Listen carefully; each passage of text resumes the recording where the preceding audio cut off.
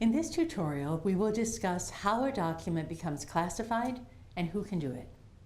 There are three sources or categories of document classification, referred to as original classification, derivative classification, and contractor-developed information. The original classification of any level for a document can only be made by a U.S. government official designated in writing as having the authority to do so. The NISPOM states that a determination to originally classify information may be made only when A, an original classification authority is classifying the information, B, the information falls into one or more of the categories set forth in reference B, and C, the authorized disclosure of the information either by itself or in context with other information reasonably could be expected to cause damage to the national security, which includes defense against transnational terrorism that can be identified or described by the original classifier, and D, the information is owned by, produced by, or for, or is under the control of the U.S. government. So where do you, as a small business contractor, fit into all of this? Since you are not a U.S. government official with original classification authority, you fall into the category referred to as derivative classification. Derivative classification is defined as the incorporating, paraphrasing, restating, or generating in new form information that is already classified, and marking the newly developed material consistent with the classification markings that apply to the source information.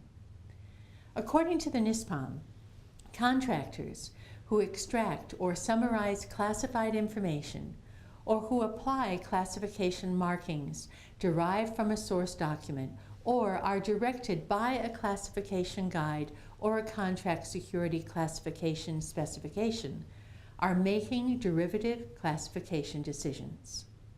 When this happens, the contractor employee that copied, extracted, or translated the classified information from another document must mark the new document or copy with the same classification markings as the original document. Also, if the employee has reason to believe that the information is classified unnecessarily or improperly, they have the responsibility to challenge the classification. There are situations in which you as a contractor may originate information that is of a classified nature, and you must be prepared to deal with it properly. These situations occur when a contractor submits an unsolicited proposal to the government or generates information not in the performance of a classified contract. When this happens, the NISPOM states, A, if the information was previously identified as classified, it shall be classified according to an appropriate contract security classification specification, classification guide, or source document, and marked as required by this chapter. If the information was not previously classified, but the contractor believes the information may or should be classified, the contractor should protect the information as though classified at the appropriate level and submit it to the agency that has an interest in the subject matter for a classification determination. This situation also requires that you, the contractor, make the accompanying annotation at least once on the document in a conspicuous location. Classification determination pending. Protect as though classified, and then you would put in either top secret, secret, or confidential. And that's according to NISPOM paragraph 4-105B. Because of the critical nature, the generation of top secret material requires special documentation. According to the NISPOM, a record of top secret material produced by the contractor shall be made when the material is 1, completed as a finished document, 2, retained for more than 30 days after creation, regardless of the stage of development, or 3, transmitted outside the facility. Over the course of working on a classified government project or program, contractors will go through various stages of document development. As with any project, there will be working papers in the form of notes, drafts, etc. The NISPOM requires that classified working papers generated by the contractor in the preparation of a finished document shall be 1. Dated when created, 2. Marked with its overall classification and with the annotation working papers, and 3. Destroyed when no longer needed.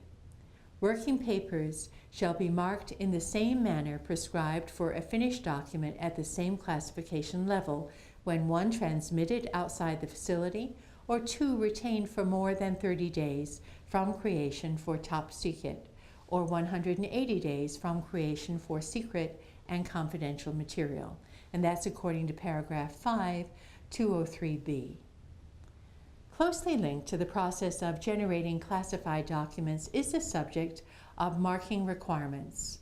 Obviously, it is important to ensure that those who possess classified information are very aware of what level of protection is needed for those documents.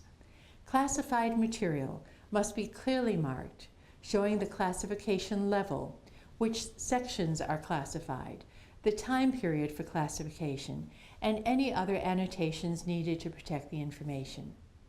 In general, the rules for marking classified information apply to all forms of information and media. Some forms, such as paper documents, are easier than others to mark, but all require the following: the identification markings, overall markings, page markings, component markings, portion markings, subject and title markings, and markings for derivatively classified documents. All of these are discussed in detail in the National Industrial Security Program Operating Manual, or NISPOM.